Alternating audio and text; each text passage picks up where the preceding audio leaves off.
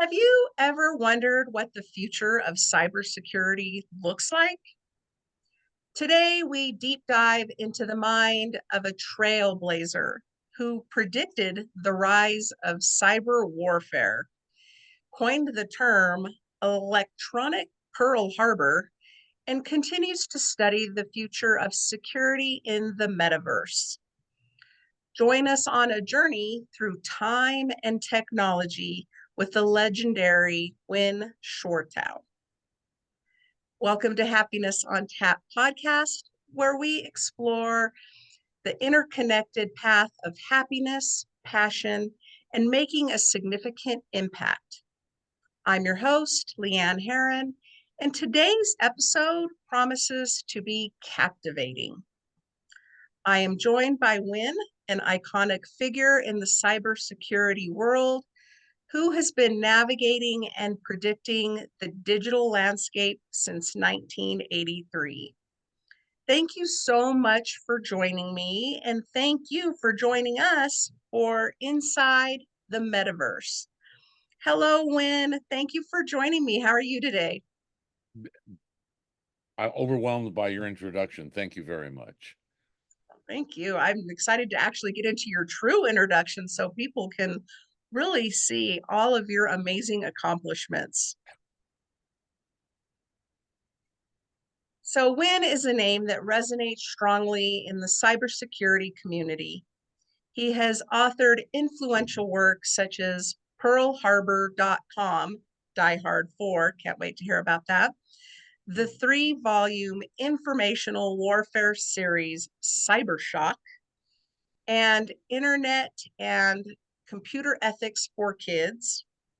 As the executive producer of Hackers Are People Too, and the founder of the security awareness company bought by Known Before, Winn's contributions have left an indelible mark on the industry. From coining the term electronic Pearl Harbor in 1991 to exploring cyber warfare as the military's fifth domain of conflict, Winn has been a visionary in the truest sense. His magnum opus, Analogue Network Security, blends analog and digital security techniques and was celebrated as the best cybersecurity book of all time by Cyber Defense magazine. Now, Winn is focusing on security and privacy in the evolving metaverse through his new unique time-based security approach. So, Winn, what a privilege it is for me to have you on my show. Let's start with something personal. What does happiness mean to you, especially in the context of your groundbreaking work in cybersecurity? Well, first of all, it's thank you. I mean, thank you very much for all that. It sounds a lot better than it really is. I've just been around a long time. That's all. Um, well, having a happy family, number one, and for them to, for all these years, tolerate and understand all of the places and in my mind and on airplanes and 3 million miles and tolerating it and making it back for a karate tournament on a weekend for my all of that obviously without that family support nothing would have been possible over the last 40 years. So I gotta begin there. um what really makes me happy is learning something new. um Studying, I know for a lot of especially kids, studying and learning, yeah, but for me, that's been my life. There's always something new, the infinite curiosity, and then discovering things that are not obvious, and you go, no, I'm out of my mind, let me go do a sanity check with some people and see, where am I right, where am I wrong, work with me. Being told you're wrong, there's nothing wrong with that. Mhm. I don't like yes people. I've had a number of companies, And when you get hired at the interview, I said, if I tell you that you have totally screwed up, well, how are you going to act? Well, then hopefully you're going to be constructive. Yes. And it has to work two ways. So I've had the privilege of working with some incredible people over the last several decades.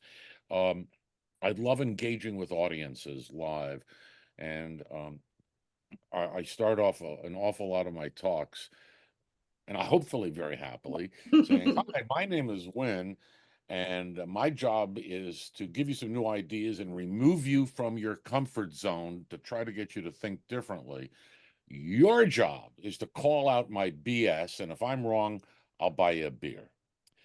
And I try to set a tone and then really create a dialogue versus just lecturing at people and going back and forth. So I really enjoy that. Great conversations where people aren't afraid to challenge, the old guy. So many people are intimidated. It's like, no, come on, let's just talk like human beings. I'm just a guy. Mhm. And all of that, it's about learning. And then, like back with the kids' book way back when, to make a difference, I really want to make a difference in so many ways. When the cyber warfare thing happened, starting back in the late 80s, early 90s, I had zero idea that the impact it was going to have. I had no idea. I was just writing a book. Oh, this is kind of interesting. And that was it until the CIA and everybody's pounding down our doors every day, coming in to talk to us about where I stole all these national secrets. And that's a whole story in itself. We're gonna get to that. So, again, back to the family. When my daughter, 6, 7 years old, answers the door and yells, "Daddy, it's the FBI again." Um, and that's how my kids grew up. So, I've been very, very fortunate to have the support of friends, colleagues, family to be able to keep going and then have the ability to hide out for several years and work on this and have no idea where it was going to end up. Had no idea when I began. And this has been a jaw-droppingly emotional experience that went from joy to real depression at a Yeah. couple points during it, when I started realizing things and discovering things that most of the public are really unaware of. And so got myself out of that because I was in Paris. And so I'm very fortunate to be happy about life. I love it. I love it. I am also very much a lifetime learner. I love being curious and learning new things every day. Like if I could learn one or two new things every single day, that's what makes me happy. Isn't that out of the Queen of Hearts? Learning one impossible thing every single day. Yeah. Yeah, I used to drown out sound with music, and now I look for educational information to start my day. That's where I fell in love with podcasting, was from listening to podcasts and Mhm. learning, even if it was something new about maybe somebody I had followed or a movie star. Now that people are being much more vulnerable about their life, there's so much more to learn about people that you would never imagine. And so it was just like, learning about you and about your accomplishments and your books and the things that you're warning people about. I love it. I want to know more so that I can continue to share that information with the people I come in contact with. I congratulate people that can podcast. I tried it a couple times and I go, no, this is not for me. That means having to show up every day and do something, and that's not me. I get around to what I got to get done, but sometimes it's at 3 in the morning. Yeah, and like I said, I fell in love with it, and it started off really strong. I pretty much interviewed everybody I knew within the series that I wanted to have. So entrepreneurs and small business owners and the health and wellness field. Um, and then that was when I was very active on social media, but I finally decided to get off social media because it was just too much. It was taking time away from where I really needed to focus on my business. Um, But getting off social media also closed a lot of doors for me to actually find podcast guests. Mm. And I didn't want my podcast to go stagnant. So then I ended up creating a business series, which was just solo monologue, me talking to the computer screen, and really found out I don't like that. I Right. like this. I like having a conversation and learning about another person and sharing them with the world. That to me is my happy place. Cool. I'm So I glad can't. there's people to do that, because that's something I don't like doing. I like it this way. I really like it this way. You take charge, and I'll follow the yellow brick road wherever you go. Sounds great. I have lots of stuff I want to learn about from you, so we'll get started. So you talked about being involved in cybersecurity all the way back to 1983. Hmm. Can you kind of paint a picture of what it looked like back then and what inspired you to embark on this journey? Um, in '83, I had left the record business. I used to be a recording engineer and producer, and we moved from New York to California. And my wife says, "What are you gonna do?" I go, "I'm gonna take a year off." That lasted, I think, 3 weeks. There used to be a thing called newspapers that had classified ads in them. So I'd go through them. He's like, "What are you going to do?" "I don't know what I'm going to do." And I've always been a tech one way or another, and I'd mess around with computers. And there was this ad that said, come in and work with the newest, greatest computer, whatever the ad said. And I said, yeah, let me go find out. I had never been on a job interview in my life, because in the record business, everybody knew everybody else. Hmm. And you go, all right, we're going to go, okay, we're going to close this, and you move in, and that's great. So uh, I went to this job interview. My hair was down to here. I wore the top half of what was left of my wedding suit, cut off jeans and sneakers, and went through this interview. And I don't remember the details of the interview, but they said some at the end of it, they said, okay, you're hired. And I said, wait a minute, you don't get it. I didn't come here for the job. I came here for interview experience, to see what an interview was like. They said, no, no, you're hired. I don't want to be hired. Well, well, how about you work for us for 2 weeks? It was one of those things. And that got me into the computer field specifically. And then we were living in San Diego at the time, and a buddy of mine was a sales rep for Western Digital. You may know the name, one of the big hard drive computer companies. And he says, what do you know about security? And I go, give me more, give me more. And he goes, oh, Western Digital needs some help with this new product. I said, I'm your man. I knew nothing, because the security field, basically, it was minuscule, absolutely minuscule. There were really only two aspects to it. One was government security. How do they protect military and intelligence assets and what have you? And the second was banking security, to make sure money moved in the right direction. That was basically it, because this wasn't internet days. This was 1983, Yeah. where we had a couple dial-ups and the rings and the modems and what have you. So I did this thing with Western Digital, and said, this is really an incredibly good idea, but your implementation is bad, whatever. And so I made all this stuff up, and then they hired me for a while to do this project, and that gave me the bug. It gave me the bug because it was new technology, a field that didn't exist yet. And when you have something that is so new, that's kind of cool. And that's what started it for me. I totally understand that. That's a big shift, definitely from recording and producing Hmm. to computers. But I can relate to it in that, my first grown-up job, as I called it, um, I think I was 19, and I had done a temp job for the Chamber of Commerce. And they had hired me to do data entry because they would mail out to their membership a form every year to update their information. And so as the forms would come in, I would get on the computer and update the fields because Yeah. that's all it was, a data table. Um, and I was young and hungry, and I had a wonderful boss. And I kept telling her, just give me more, give me more. I want to do more. I don't want to just sit here and wait for the mail to come every day. because there would only be so many that would come in. Their membership was only 200 members maybe. So, it wasn't huge. So I may get 5 or 10 a day to work on.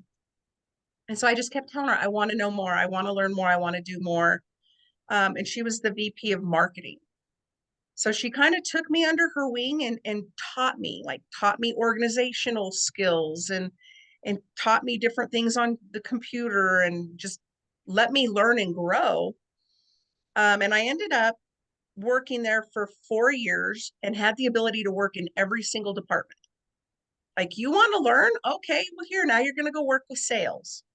Okay, now you're going to go work with military relations. Okay, now you're going to, and I ended up in accounting because I had taken one class in college that was an accounting class because I was good at math. And I never had time to go back. It was like, oh, okay, here you go. Learn it, know it, do it. Great. And then Windows came in and they realized it was time for them to upgrade from these old orange and black monochrome screen 286 computers to a Windows platform. And they're like, okay, since you're so hungry, we're going to buy out your contract. We're going to hire you. You're going to learn it, install it, teach it to a staff of 20, and then we're going to send you out of town and you're going to teach it to a board of 40. So these were, I remember those stories back then. yeah, Hey, you're working the front, you're a receptionist and you can use a computer. Okay, you're going to run the office now. You're going to run. And it was some people succeeded and bought in and got involved, and others were, oh my God, and then they ran off. So you bought into it. That's great. I bought into it. I drank the Kool-Aid and fell in love and learned everything. I learned how to create newsletters. I worked with the guy that would come and pick up our mailers, and he would pick up a box of labels that I had printed because I learned how to run reports to print labels, and he'd pick up the labels and he'd pick up the flyers and he'd go and mail them. And so I was like, can I learn from you? What do you do? How do you do this? And I just kept learning and kept growing until I maxed out there. And then I was able to move out of there and keep going and growing. And the first thing I always did was make friends with the IT department. Like, I want to know it all. I don't want to tell you something's wrong with my computer. I want you to come and show me how to fix it. Yeah, but you also played the Ghostbusters card. Who you gonna call? And if it's like the person who is most important in order to reach the boss of any company is his EA. We used to use the word secretary. And if you annoyed her or him, it was all hers back then you lost. And Mm-hmm. and every good salesperson knew that. And it's the same thing. If I need IT help, do you ever watch the British show IT Crowd? I don't think so. Your audience, IT Crowd. It's from early 2000s and it's about some crazy people in a British big company. And as the internet is just growing, and one of the lady who came into the department, her interview for the job was, I know all about computers. Yes, that's a monitor. You're hired. And then she I broke the internet. And that was so the IT Crowd, phenomenal thing and it's non-technical. It's just all good giggles to give people that Good you humor. don't have to be an expert, but you got to be friends with the IT department. Absolutely. And I ran with it with every single job. I had that ability to learn and grow. And my next big move after the Chamber of Commerce was, well, here in New Mexico when we opened the lottery, the New Mexico lottery. Oh, okay. And so I was in the original hiring crew that got to do that. And we were like, here's a building. And it was empty. It was just a building. And we had to buy all the furniture. We had to hire all the staff. We had to figure out the banking, the computer system, We the call that a accounting startup. pack. Absolutely. We had nothing. We were, they were ready to start selling lottery tickets, and we didn't have the ability to even collect money. So we were coming in with bags of money and dropping it on a table, and we'd sit there at night and just count $1 bills. But I just always had that want to learn and grow, and That's a great story. I gotta steal that. it's fun stuff, and I've just never stopped. I've never Uh, stopped. Anything I can learn to do for myself, including now being a business owner for myself.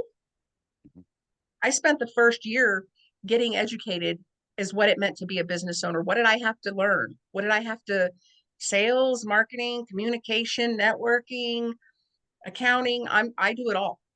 that I do should it be all in high myself. school. That should be in high schools these days. 1 year of how to be an entrepreneur. You don't need to go to Harvard. If you're a plumber or an electrician, doesn't matter. You still got to run all the little bits. Hmm. I agree. I agree 100%. So let's go on with your amazing accomplishments because there's so much I want to learn about. So now we're into 1991, Hmm. which was a very pivotal year. It's when you coined the phrase electronic Pearl Harbor. Hmm. How did you arrive at that term? And what were the initial reactions when you presented this concept to Congress? All right. A few years prior to that, security, again, the industry was this big. And somehow I made a little traction with our little tiny company. And we ended up building the world's first what's called C2. It was a level of security network system for the Department of Defense, and that was 86, I guess, 87. And again, we're all guessing. We're all totally guessing as to how this field is going to work. And um, at that point, I had sold that company to a DC company and Novell. And I told my wife, I said, I want to write a book. So I went ahead and wrote what was originally called Terminal Compromise, which became PearlHarbor.com later when it was revised. And somehow word got out somehow. And I have a sneaky suspicion, but it doesn't matter. And I got a call from congressional staffers. Hey, would you come testify before? Yeah, sure. And then I didn't know this. You had to submit paperwork. And all right, you have to submit your statement. I mean, I don't have to wing it. No, you just got to read this thing. Well, that sounds boring. All right, whatever.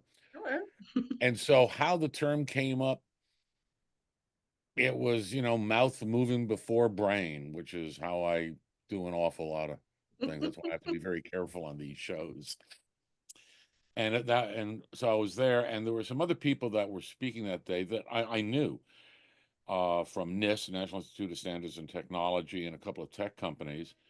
And they followed me, and then the Congress people asked them, well, what do you think of Mr. Schwartau's statements?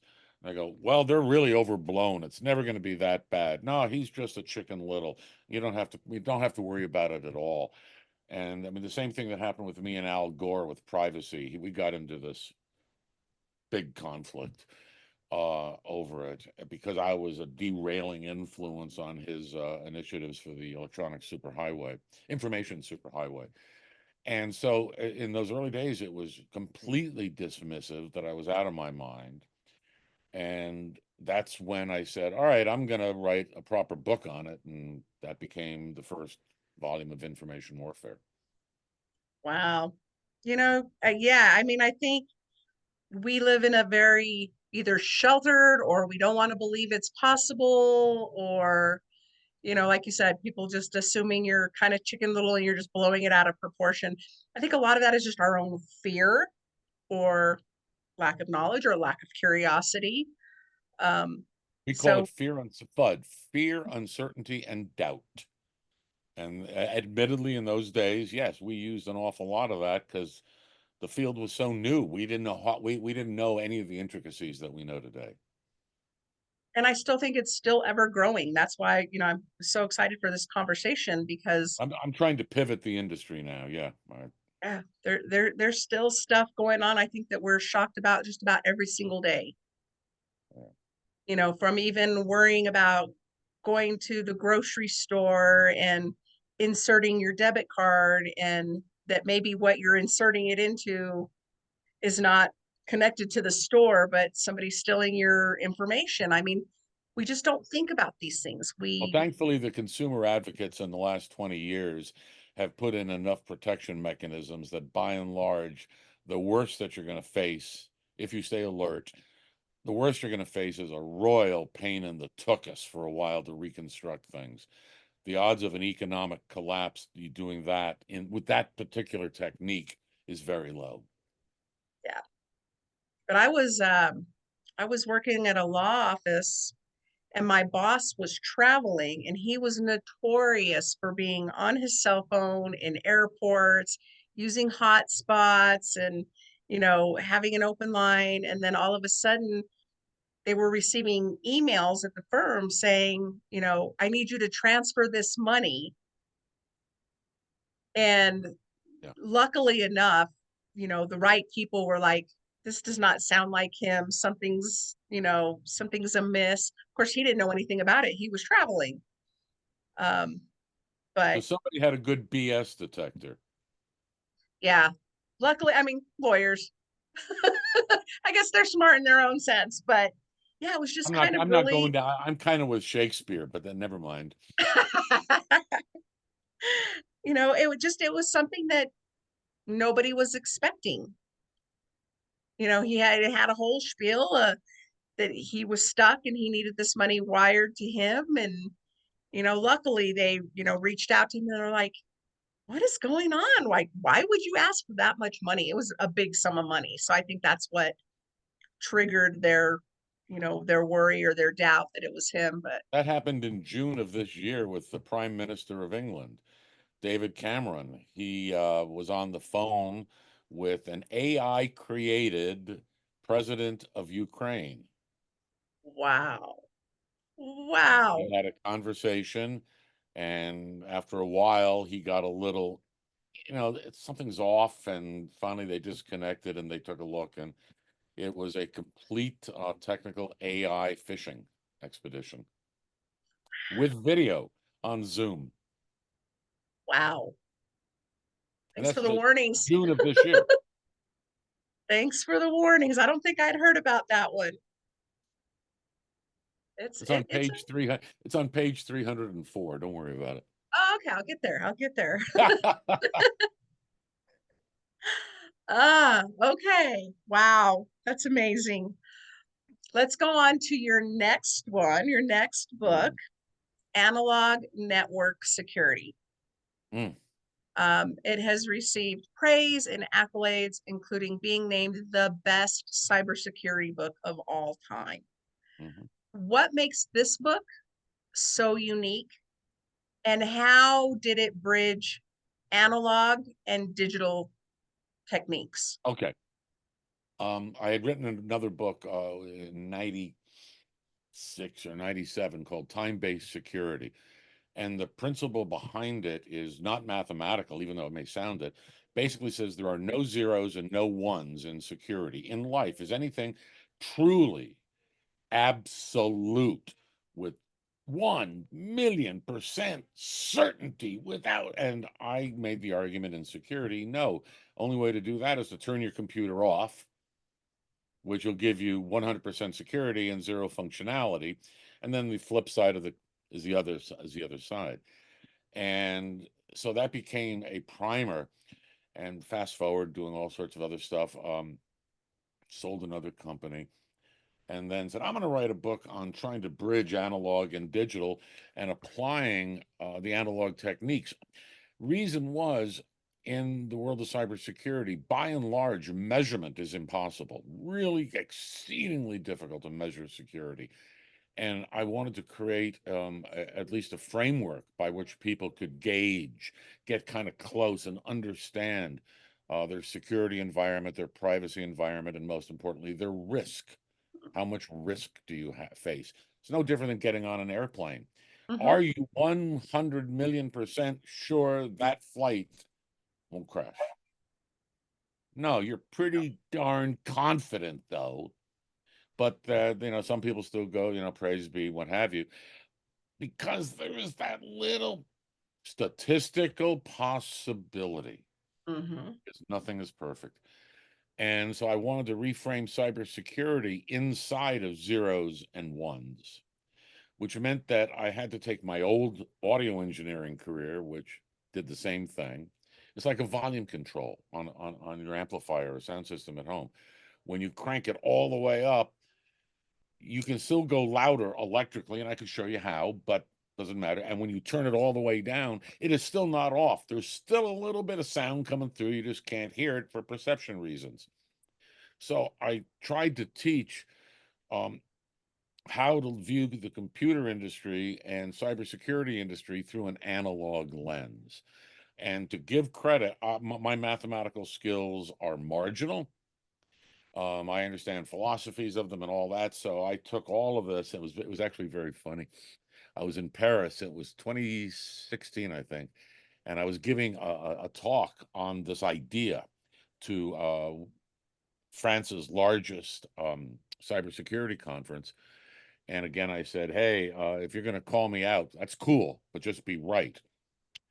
And so I'm giving my talk, and about halfway through it, this guy in the audience stands up and he goes, Winn, you're full of. And I go, are you sure? He goes, oh, I'm sure. I said, can we defer till afterwards? Let's go to the bar, have a beer, and whoever loses buys. Great. We go to the bar, and suddenly there's about 20 or 30 of us sitting on the floor, going off of my math. And then Mark, his name is Dr. Mark Carney, he's doing his math. And after about an hour, he goes, I hate you. You're right. So we have been friends and dear friends and colleagues ever since. And he wrote chapter 9, the final chapter of that book, which did all the formal mathematics of analog network security to be able to turn it into an actual mathematically defined discipline. So that book would not be what it is without my dear friend Mark Carney. That's incredible. I I would Nobody have been does stuff alone. it'd Nobody have been does. it'd have been fun being a fly on the wall watching you two just kind of go at it with, numbers and formulas and then Yelling, a lot of yelling. a lot of yelling and a little bit of beer or a lot of beer. It was Paris at a conference, and then we had this audience of people around us, kind of watching us go at it. It was a lot of fun. Sure. I'm sure it would have been just something neat to experience just watching you two get to that And point. so that's how it got started, and then it got named what it got named, and I feel very honored by that. I now have a great list of books to add to my reading list. Um, I do want to, now get into like the whole metaverse. Mm. So for our listeners who are not familiar, could you explain what the metaverse is and what particular security challenges and opportunities you see in this new digital frontier? You got 8 hours, huh? Okay. Yeah, yeah, sure. The metaverse, when people hear the word metaverse, and this is something that I have taken to task, when you hear it, people tend to think of Star Trek's holodeck. You walk into this 100% immersive environment where the experience is 100% believable for all of your senses, Mm-hmm. not only sight and hearing, but touch, tactility, and then smell. And that's why they get to go to the holodeck. Or you've got a Ready Player One or a Three Body Problem in recent movies, Mm-hmm. where the our consensual reality, perhaps a consensual hallucination, we don't know, is indistinguishable from an artificial one. That is kind of where, from Neil Stephenson's book, again, going back to the early 90s on this. And that's sort of what people believe. And then Mark Zuckerberg coming out and saying, we're going to build the metaverse, and it's going to work its way towards that.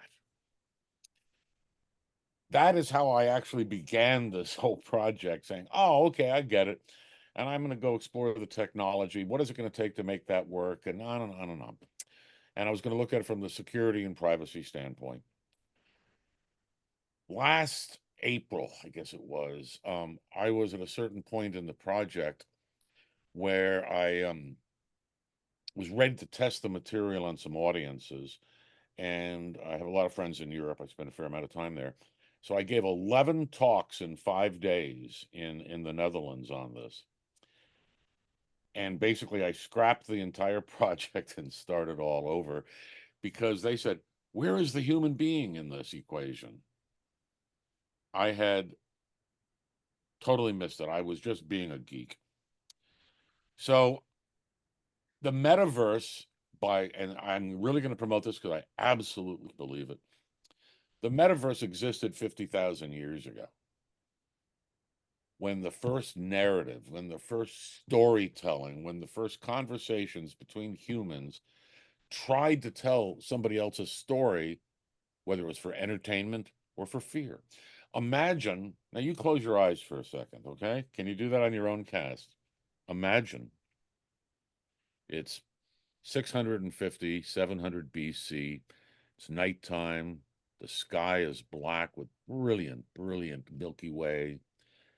You're sitting around a campfire, and Homer is telling you the story of the tales of brave Ulysses. Are you immersed in that or not? My merely doing this to you right now immersed you and put you briefly in that world.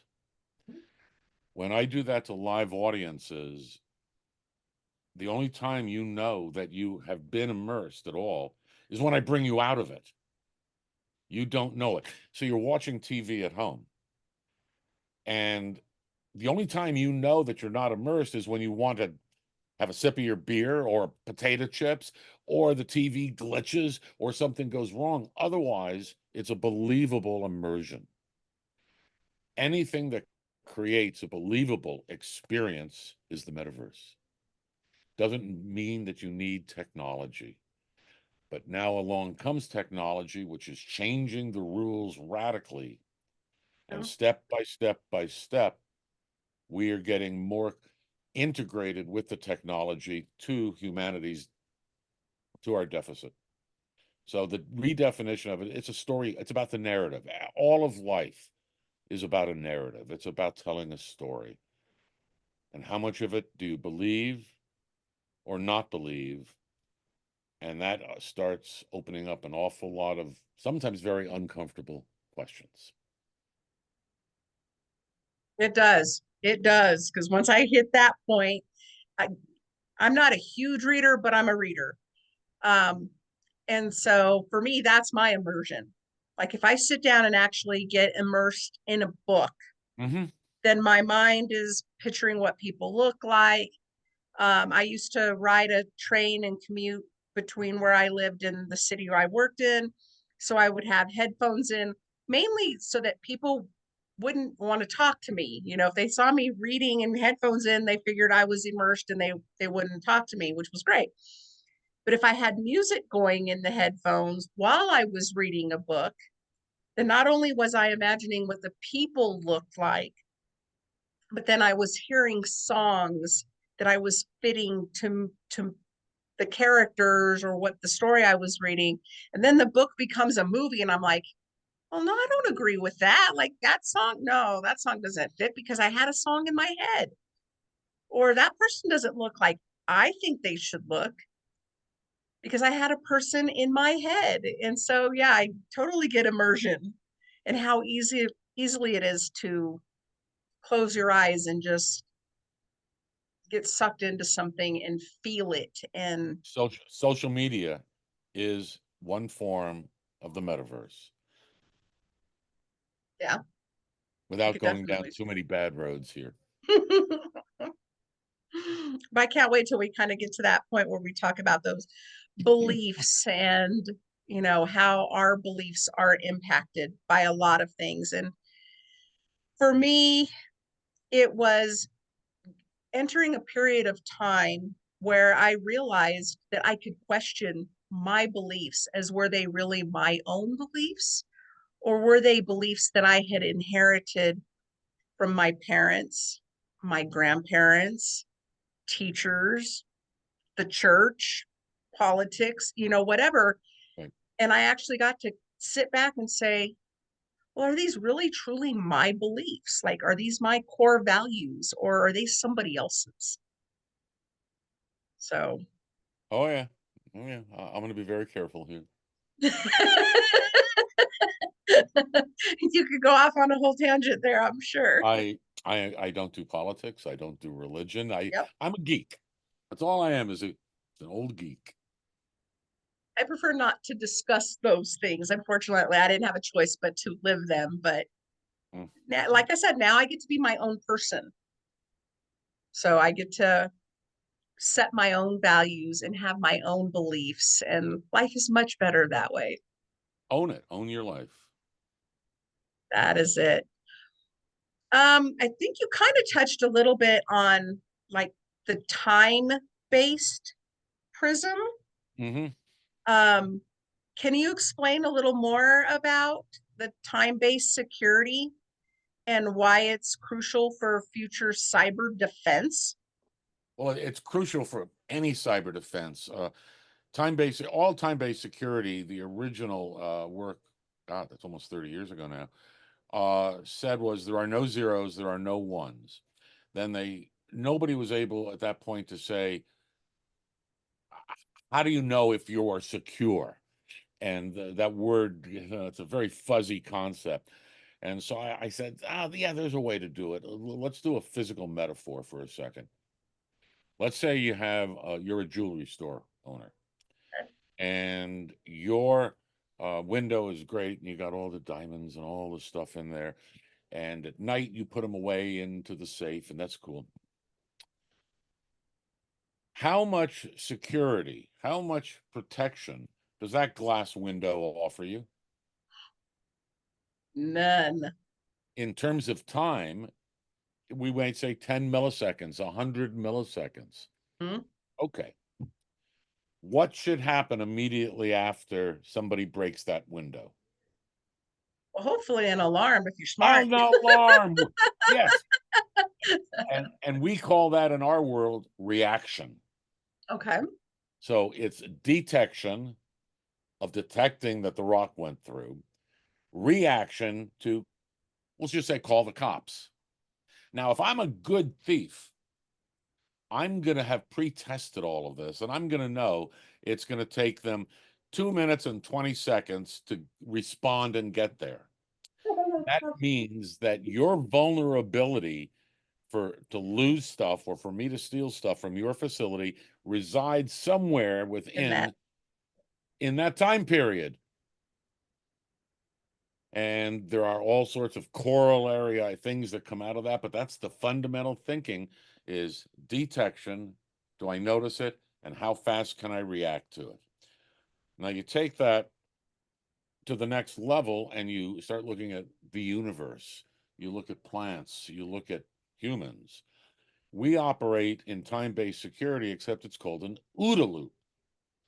And the OODA loop came out of the military. I won't bore you with the details. And basically, it says there's 4 steps to survival, whether it's nature, human, or the universe, the earth running around the sun, doesn't matter. Number one, observe. That's the first O. Observe, okay, what do I see? What is there? Second is orient. How do I take that observation and orient it to me, to other pieces of my surroundings that might have an impact?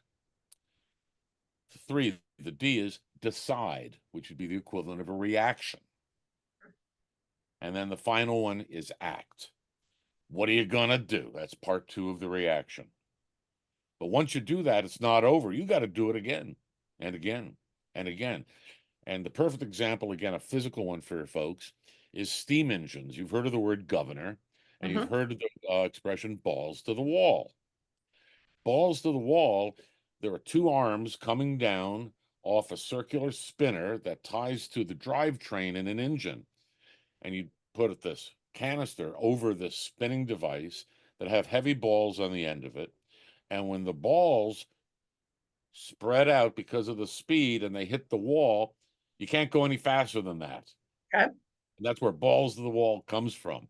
Huh, And learned something new. that's that is, well, that's all in Analog Network Security, chapter 3. And sorry for the plug, can't help it. And it's the same principle. Everything is about an OODA loop. The greatest protection system in the world protects Holland from flooding. They had the great devastating flood of 1953, destroyed the country. So now they have the largest, what we call ICS, industrial control system, and it's a complex of 500 miles of dams and water inlets and sensors and temperature in order to keep everything balanced. And when things get out of control, you react a little this way. When things are a little under, then you react this way to keep that OODA loop going. In security, it's identical. For nature, it's identical. For human beings, it's identical, because if you stop one portion of that OODA loop, let's say you don't eat and drink Hmm. water, that's it, game over. So everywhere is time-based security with OODA loops in order for any system whatsoever, biological or technical, to survive. Fascinating. Absolutely fascinating. Things I would never think about in those terms. But like now, there's so much flooding all over the world that's going on. And you're seeing these places that have had these major floods, and they're learning from their failures, their mistakes, their lack of, and they're putting things in place to be more prepared, or at least better prepared than they were the last time. Stevie Wonder had the answer in the 1970s. Move to higher ground. I'll agree with that. Like I said, I'm from my little desert here in New Mexico, and the worst we have here is fires. We You don't get have smoke, hurricanes. you get those the dust storms. Not really. That's all Tucson, huh? Yeah. Yeah, Okay. here we have forest fires Hmm. because we have a lot of mountain ranges, but we don't have hurricanes. We And really don't have tornadoes. We don't have major flooding. We're in a big, we call it the bowl. and forest fires are one of nature's OODA loops. Oh, That's why the forest fires, nature's forest fires, depopulate overpopulated and overgrown areas in order to allow and create rebirth. absolutely. Which needs to happen. It needs to happen. Um, but yeah, learning from it, I think is the big goal. And accepting that there are some very uncomfortable answers. You're not going to save Miami. I'm sorry. It's not going to happen. Yeah, yeah, absolutely. And it's something, me and my husband talk about all the time. It's like we are staying right here. We're not going anywhere. We're not ocean people.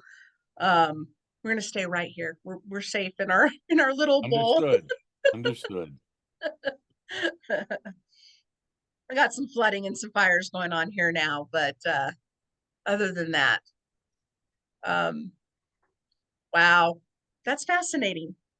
That's gonna make my mind be thinking about different loops. So also everything is a cycle, the cycle of life. Happiness is a cycle. Depression is a cycle. It's all part of a cycle that we need to personally learn how to manage. If you look at it from happiness on tap Mm-hmm. viewpoint, you just take the correct lens to look at it, but that doesn't change the fundamental science behind survival. Yeah, yeah, and that's something that we definitely look at: the fight, flight, freeze, fawn. Oh, Um, that's a whole that really gets into it. it does. It does. Yeah. Um, let's go back. Back in time for you. Back 30 years.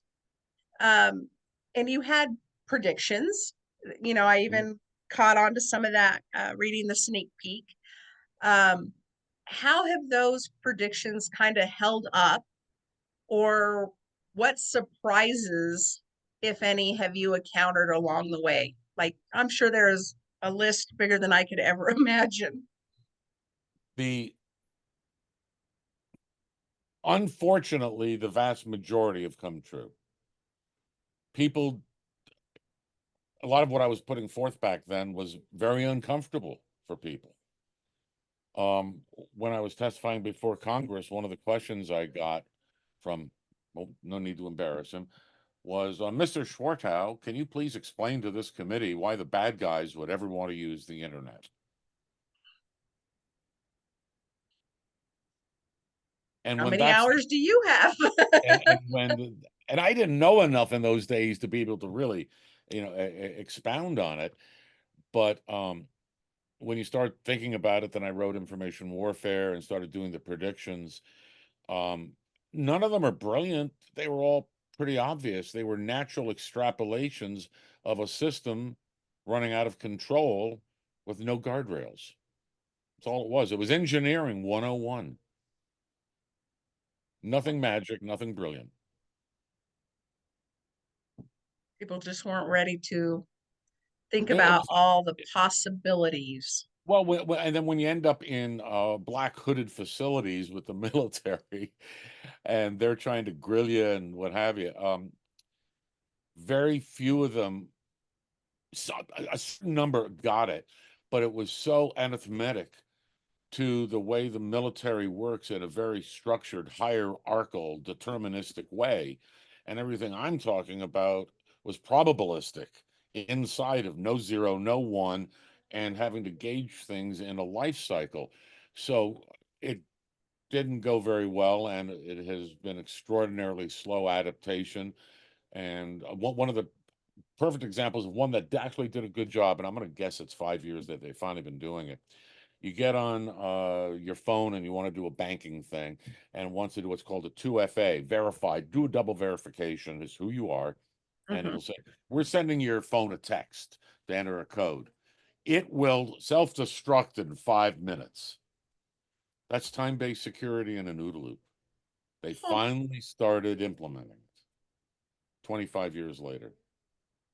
And I'm fairly new to that technology. I have the authentication app or whatever on my phone, and it actually has a little countdown timer Mm-hmm. on how long that code Yeah, that's will. Authenticator. That's Mhm. Authenticator. Yep. Yep, authenticator. And so then I'll get on the phone with GoDaddy, who my website's through, and they, ask me to give them that code. But by the time I pull it up and unlock the authenticator Got to and do it find the again. code, I wait for a minute until the clock winds all the way down and gives me Yep. a new code, because I may not speak as fast enough, or they may not type it in fast enough until that code is gone. Yeah. And then we got to start all over again. Yep, yep. But that is you're living time-based security and analog network security there. Fascinating. Fascinating. And it's frustrating, but I know it's so needed. It's just one of those Nobody things. ever said survival in life was easy. I never prefaced it at all. You want True enough. effective, here's how to do it effectively. It may be a PITA, but that's all of our problems. Mm-hmm. And it's just like, we'll be at, my husband will be in his office, but he'll have left his phone in the living room, and he'll be trying to get on something, and they'll have to send a code. And he's like, hey, can you bring me my phone? Oh, listen, that's been happening because I travel so much, and when I'm in Europe and I want to watch, I'm saying Netflix, whatever, right? Oh, damn, it's in my wife's name. So, Cher, are you around? Sure. Are you around? Okay, you're gonna get a code, and you got to get it back to me within 20 seconds. Across 4,000 miles because I'm using her account. I shouldn't say that, should I? I'm hypothetically Not using. now.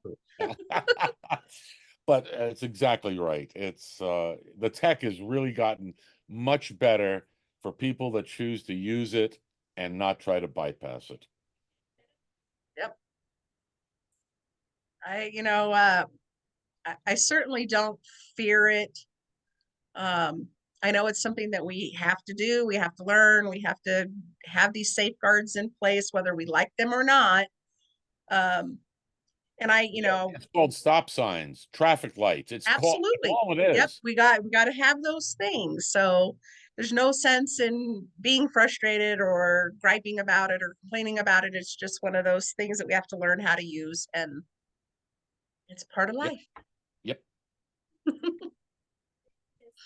Um, let's go on to your next book, your next influential book. Hackers are people too. Now that one's got my That wasn't a book. That was a movie oh, okay. that my daughter made as a senior project in when she was in college. And she had been coming to hacker conferences with me and got to learn what the culture was like. And she fell in love with the culture. And so I got executive producer credit for financing it. That's it. It's all hers, all of hers. Ah, well, good for And it's her. How awesome is that? and so everybody knows somewhere out there it's for free. There are physical DVDs around, but it's for free out there now. Most of our work is. I will have to hunt it down for sure. And I want to, I picked up on a reference that you had in the sneak peek on Hooked. And so I was like, oh, well, this sounds fascinating. So I bought the book and I've been working my way through it. I'm like, this is, as a business owner and trying to create products or create services that hit that emotional side of people to get them to keep coming back. Like this book has got the path. Like this is what you got to do to hit those things. Because just trying to figure out, even on my website, uh-oh, where'd you go? Can you hear me?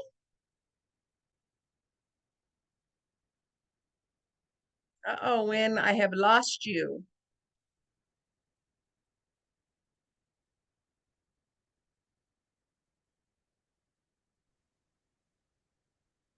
Okay, we're back. Don't know what happened, but we're back.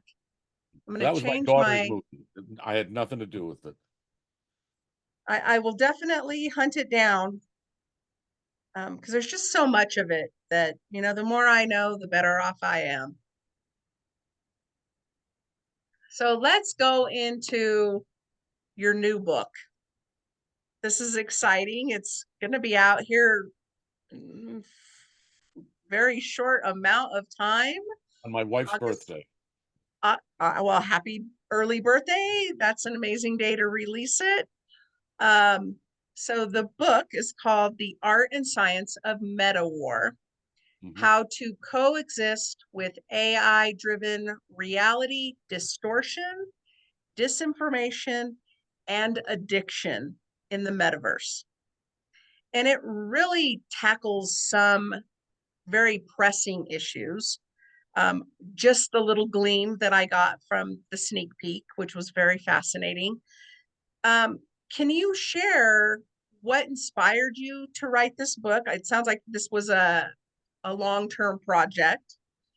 And the key takeaways that you hope your readers will gain when it comes to navigating all these challenges in the I metaverse. wish there were a soundbite on that. And just so so here's the 5 pages of soundbite where I have not yet conquered how to put it into a soundbite because I don't it's too big an area. As I mentioned, I originally began the book thinking I was doing a technical treatise on the metaversal technologies. That's what I thought. And then after all of those talks in Holland, Netherlands, I got to be careful of that. The Pays Bas, and we decided to revisit it and look at the world, look at the universe as two systems. So we talked about the OODA loop. So we are an OODA loop, and so this loop is our survival. That's it. technology has its own OODA loop for its own survival. What happens when we start trying to mesh them together? They're completely different operating systems, different mindsets, different speeds. We have incredible amounts of disconnects between us and technology. And then, so, okay, how does this all break down? And the disconnects come into 6 areas. The first one is called TMI, too much information. People tend to focus on disinformation, and there's been a lot of political stuff about that. They're missing the point.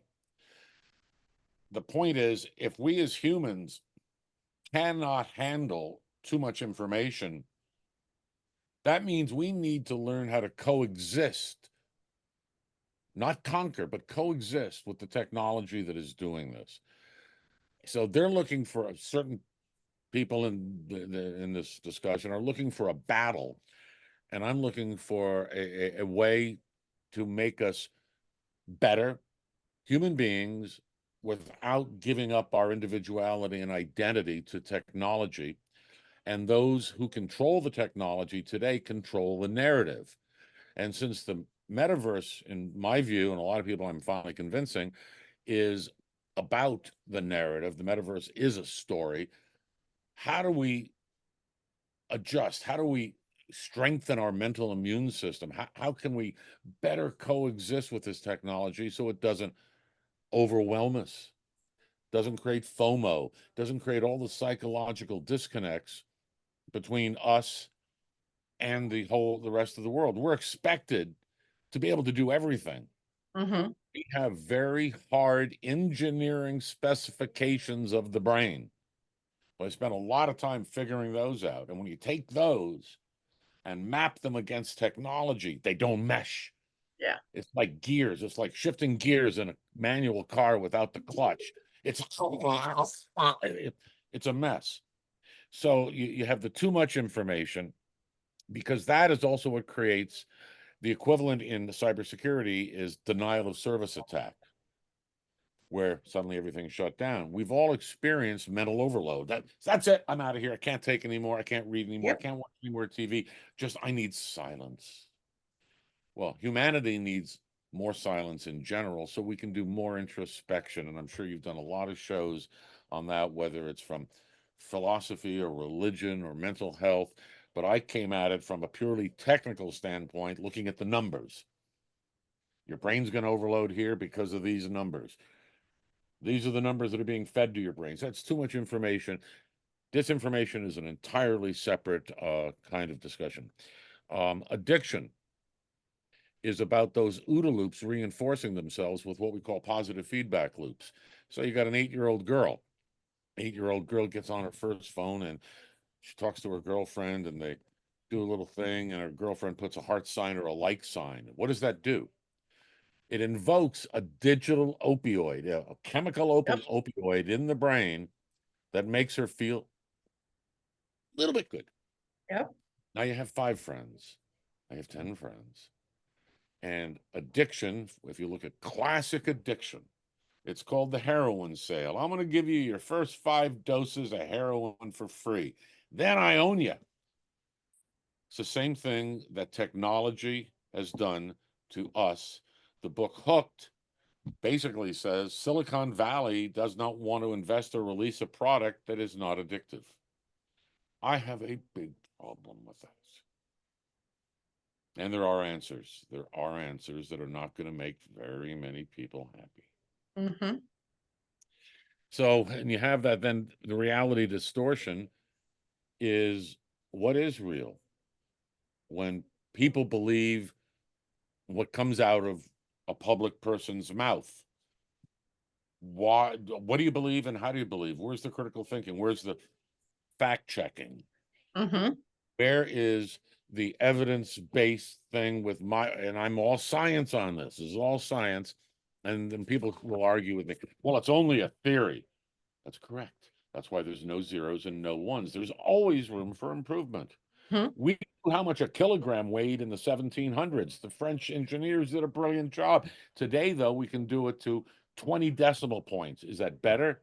It's more accurate. Will it change? Yeah, it's going to change. Of course, it's going to change.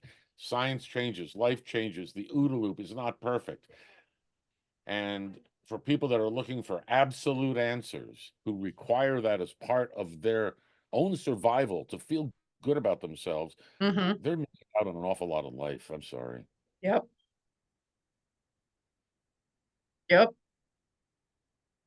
And we had that, we talked a little bit about um, fake news or um, AI images and people believing what they're seeing, Mm-hmm.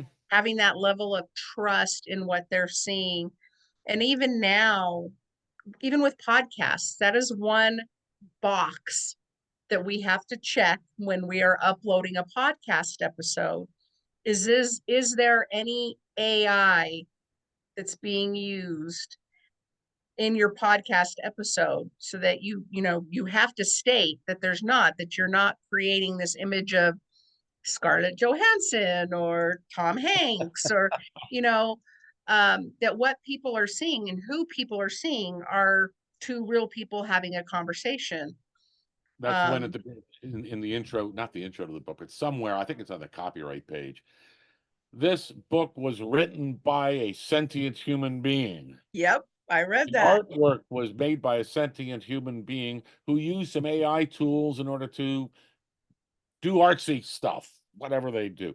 And yes, I used AI tools for editing and background stuff and all, but I have too much respect for good writers, and I'm a reasonable writer. I don't want any of those tools, and the misperceptions over what AI is astounding to me. Mm-hmm. Again, this goes back to Hooked. It's trying to convince the world that it's all good. It's all good. It's a binary function. Yeah, it's all good. No, no, no. It's all somewhere in the middle, and Yep. it's how you use. Is a pencil good? Is a pen good? Is a typewriter good? Is AI good? Well, when close is good enough and you don't have to trust it and your life is not on the line and nobody gets harmed, AI has a really good place. Mm-hmm. But Not that I have an opinion on the subject.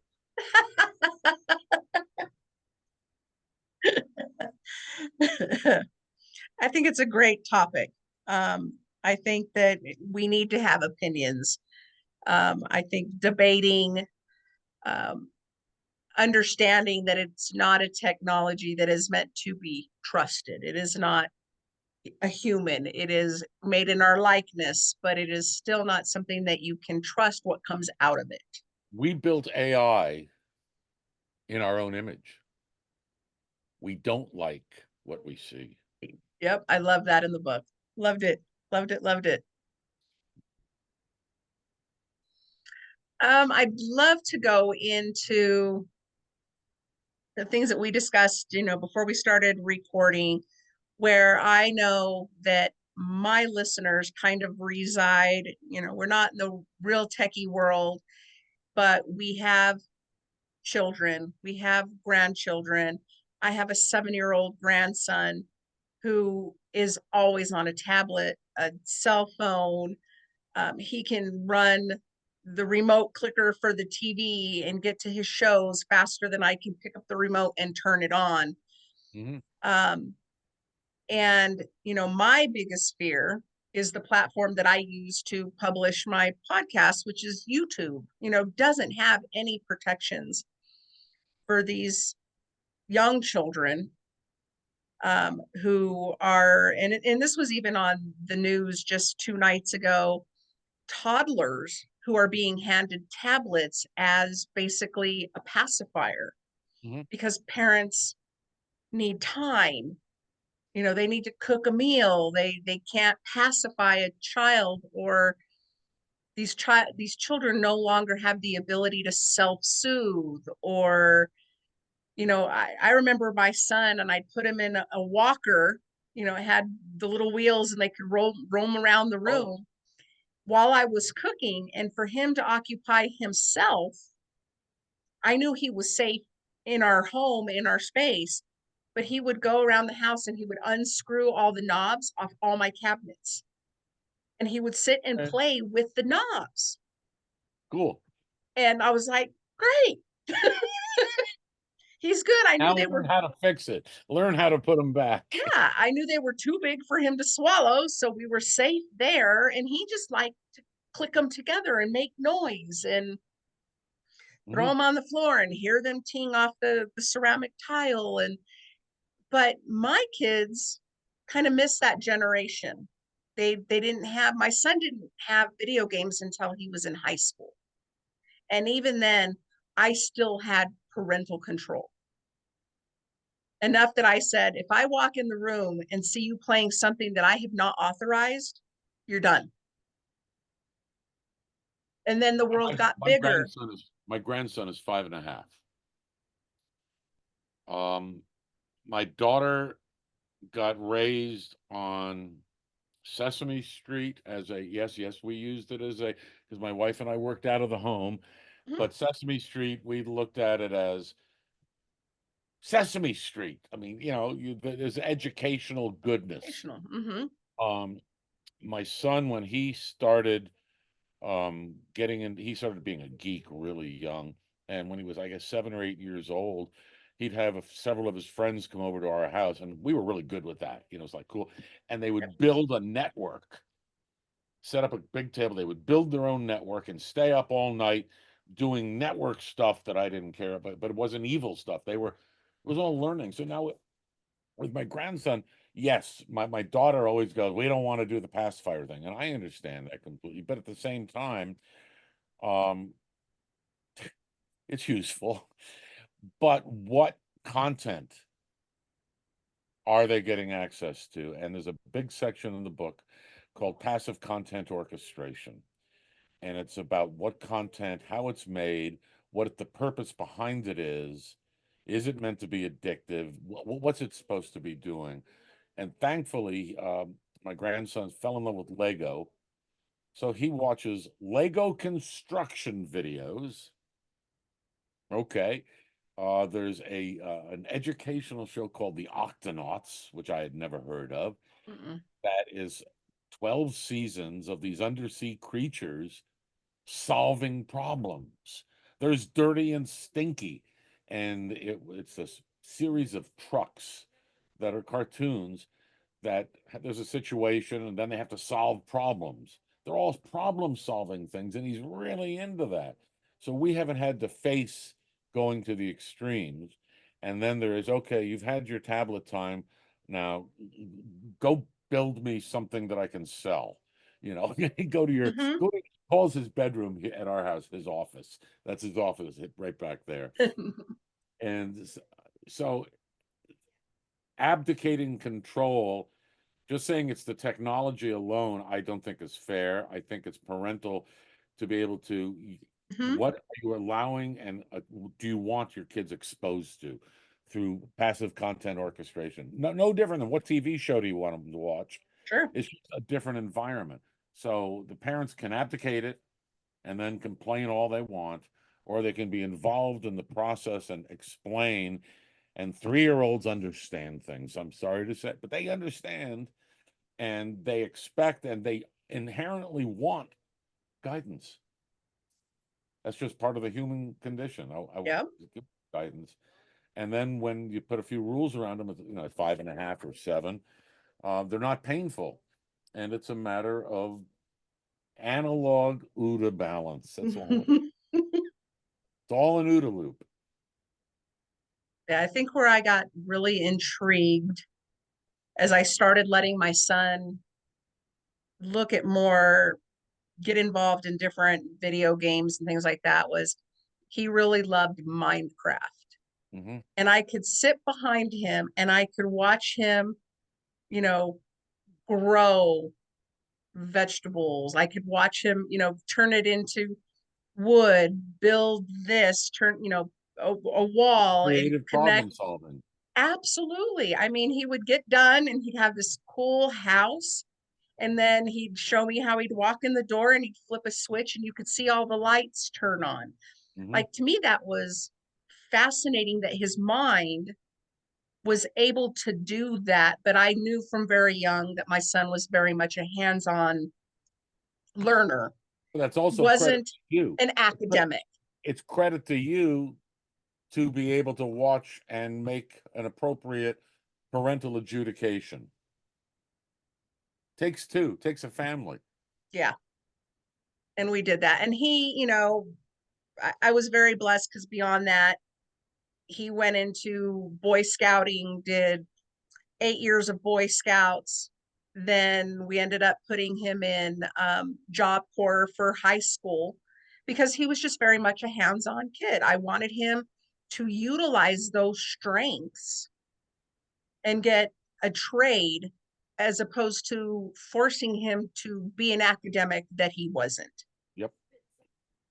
And, but he could still have the math skills. He became a welder. He utilized the skills that he had without being forced into an education that really wasn't an Oh, interest. no, it's part of the ancient Middle Age, early Renaissance era of Europe with the guild system. I'm still a huge proponent of that.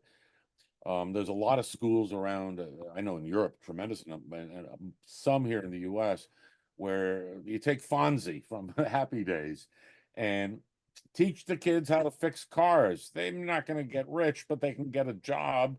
But now today, as I said earlier, if you're going to not go down an academic thing, fine. You still are going to have upskilling. No matter what you're in, you have to have upskilling. Yep. And if you're going to do your own business, you should know the basics of some accounting 101, cash flow. And I mean, there's just a suite of life skills that our current high school education, it's deplorable. It's Mm-hmm. deplorable. They expect you to move on to college and go do a college degree because then you're $250,000 in debt and you get a job flipping burgers. You could have gotten some skills. And a lot of companies these days are offering far, far better tutorials and interning opportunities. So there are different paths for different people. One size doesn't fit all. It's not a binary world again. It's But, something in the middle for everybody.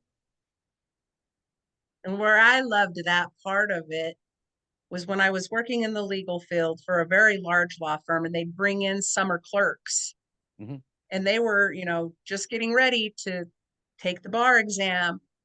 And they had only a level of knowledge about how to bend the law, the black and the white, and how to manipulate it for your client. But they didn't know down to the level of what us legal assistants and paralegals were doing. So they were only getting half the knowledge. Mhm. And so I would advise them, maybe you want to add a couple of those lower level classes to see what really goes on. So you're Yeah. not just how do you manipulate the black and the white, because that's all the law is. Um, and so they would come into my office and want to learn. Like, oh, okay, can you explain this to me? Like, it was beyond just how to present a case to a judge, Mhm. because we were the ones that were dealing with, the forensic accountants or the accident creation people, or whatever. We got to do that fun stuff. They just got to read the reports. There's a lot of skills required in a lot of different fields. It's not binary. I keep going back there Absolutely. because it's life. It's a life view that I just got from cybersecurity. I would love to get some tips, some warnings. Um, you know, it, Again, back to having grandchildren, internet trolling, bullying, cyberbullying. None of this existed for me. And regular bullying then existed for my children. But adding this level of cyberbullying is really frightening. Extortion, blackmail, all of that stuff is not only our kids aren't the only ones who are vulnerable or our grandchildren. It's also our elderly who are alone. There for a very short period of time, I was a property manager at a large apartment complex, and the majority of the residents were probably 80 plus. But they were alone. And there was a lady who would get up in the middle of the night and she would just dial random numbers and hope that a man would pick up on the other side. She had lost her husband. She was alone. She was lonely. And she would end up with these men that were, more than happy to take advantage of this lonely woman. And she would send them money and they'd make promises. Oh, I can't get there to see you because I got to pay this bill, or I had a medical thing, or a car breakdown, and it just, I try to talk to her children like, please do something, say something, because she's just so lonely that she is This so vulnerable.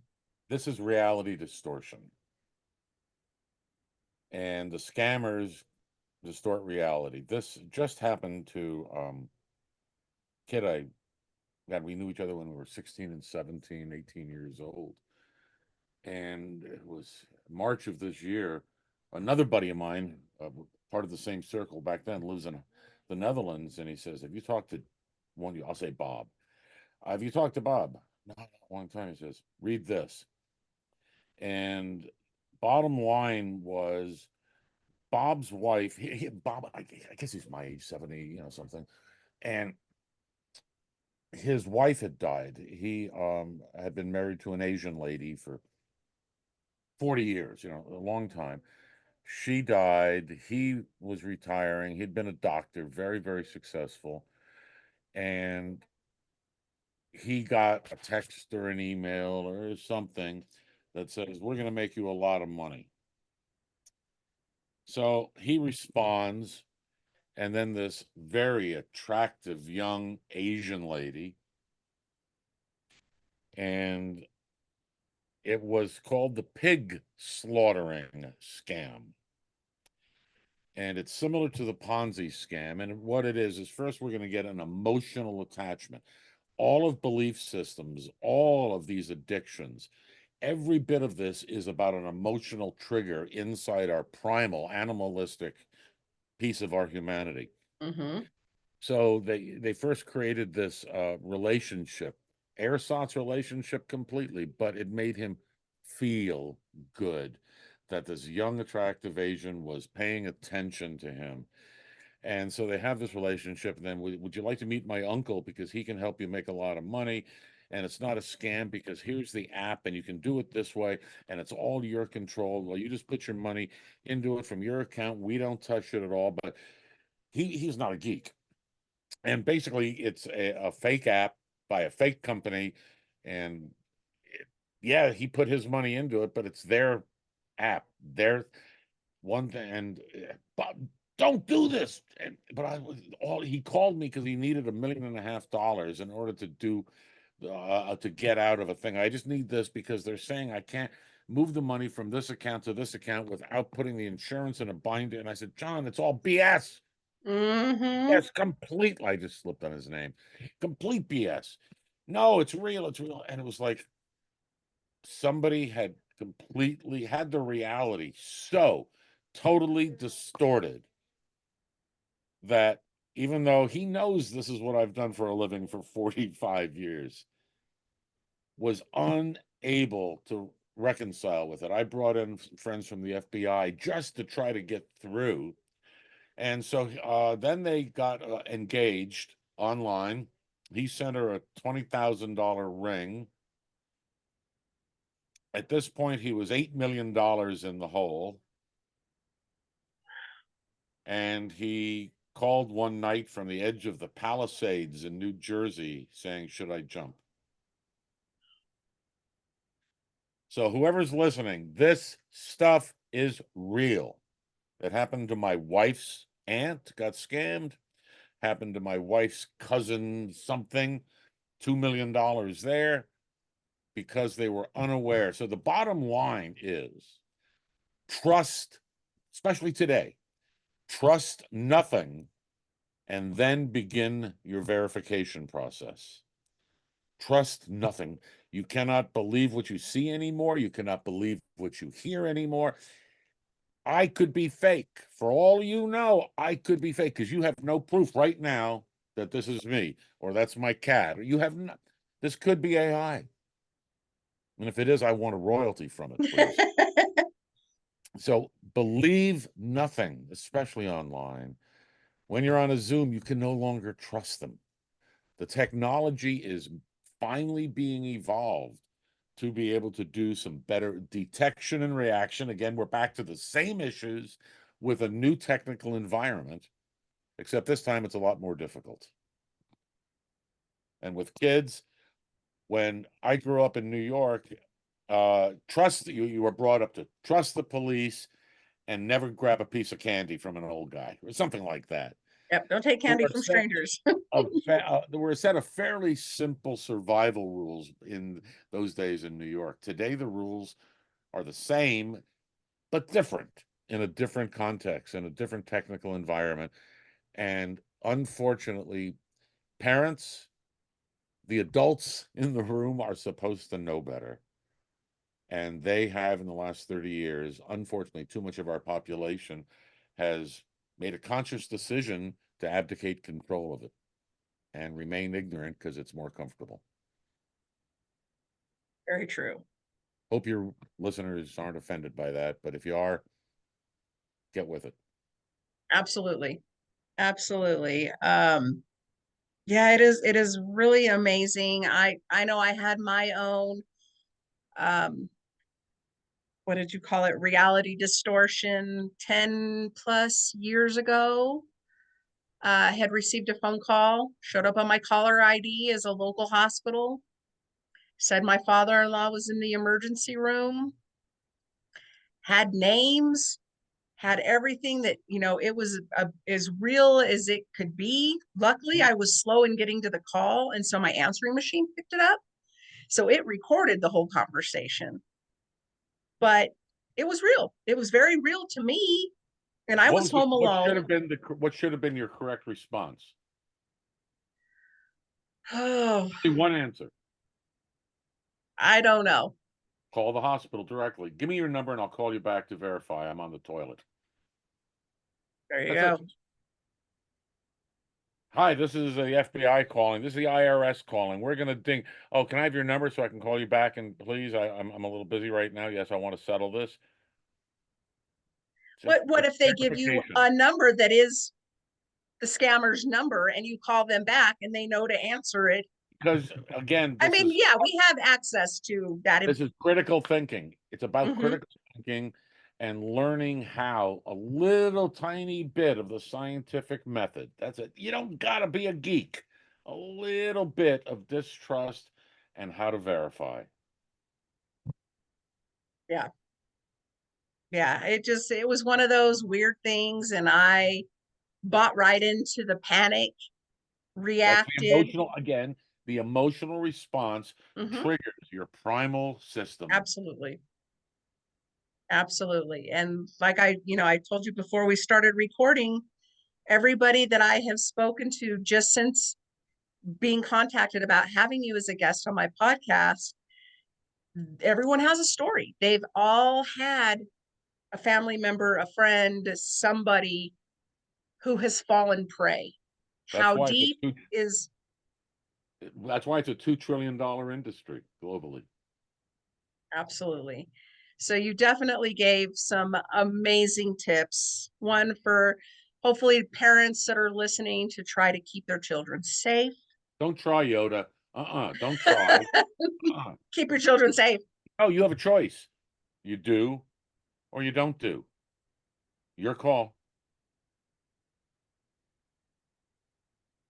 And same with some great suggestions uh, for warnings for the elderly or for people who are just vulnerable and lonely. That the older folks who didn't grow up on the tech or didn't grow up geeks and still thrive on it, they want to be trusting, and they have emotional needs. One of the best things that a lot of these I'm going to say the word facilities for lack of any other word right now, because a lot of people are ending up in facilities. One of the things that has come about that actually get goosebumps because it's so freaking cool. They have friend robots. And so a robot either looks like a human, and then it's always disconcerting. It's called the uncanny valley. Ugh. Or you have a cute robot like the kids like engaging with that looks like a robot, big eyes and a white head, and goes, yeah. Mhm. Somebody who is older, who is having various levels of loneliness and or dementia or what have you, there are robots that are companion robots that it doesn't matter to the person. They have an interactive AI based friend. This technology exists. It is being used. It started in South Korea and Japan, of course, because that's where they're doing amazing amounts of this stuff, because of their population and aging population issues over there, which are slightly different than ours. But we're right behind there. And we just need to kind of get there that these robots, I don't know, but 10 grand, 20 grand, I don't care how much they are. But when you consider how much people cost to hire to be your friend, but a robot is your friend 24/7. And so, what if they fall in love with the robot? So what? If it does no harm, if it is doing good, we have some amazing technologies that can come out of the AI and the reality, in that case, certainly reality distortion. There's an awful lot that can be done that is so great. Do you remember, did you watch any of the Olympics? Mhm. Do you I did. recall the opening ceremony where one of the flame carriers, again, more goosebumps, he was completely paralyzed and running Mhm. an exoskeleton. Yeah, that was fascinating. I get goosebumps through this stuff because this is where, all right, happiness, great use of technology where it's not being abused for political power or other meanness. End rant, sorry. I wrote down one of the thing that I love that I saw in your book was become part of the solution. Hmm. That is something that is very important to me in what I am doing as a life and health coach to help other people who are having similar issues that I had. I am working on and getting ready to have a seminar in September where I have brought in a panel of alternative medicine practitioners, Hmm. sound healers, hypnotherapists. And I want to continue to grow that as something that I want to be part of the solution. I want to help these people get their services out to more people because just being stuck with what we have with Western medicine and either being given a prescription or being given a referral, that there are alternatives out there Yeah. to help your well being if you know about them. I didn't know about them until I was looking for that. Yeah, consider if you're looking at sound therapy, sound is the only sense that never turns off. Never turns off. When you're asleep, the sound is still going on. What your brain has learned how to do is what is called critical ignoring. That's fine. It's just the cat. It's just the thing, and your brain's taking care of all that automatically. But if you hear a siren that comes up to your front door, that's different. It's not part of the normal, and it may alert you. My Mhm. wife, my wife can hear a pin drop when I'm in Paris. I don't know how she does it, Her but mother, it's exactly her right. mother senses. And I grew up in New York, so noise is I don't care, I don't care, I don't care. until something is so radically different. So sound is a powerful, powerful tool to help the brain become more self-healing.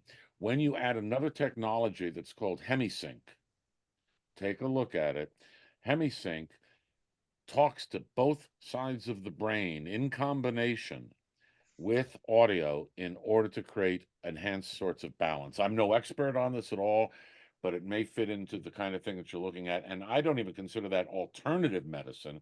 I look at it as applications of neuroscience. Don't forget, the Hmm. neuroscience is really what, 8 years old, maybe? It's so young. We Yeah. know so little, but there is so much promise.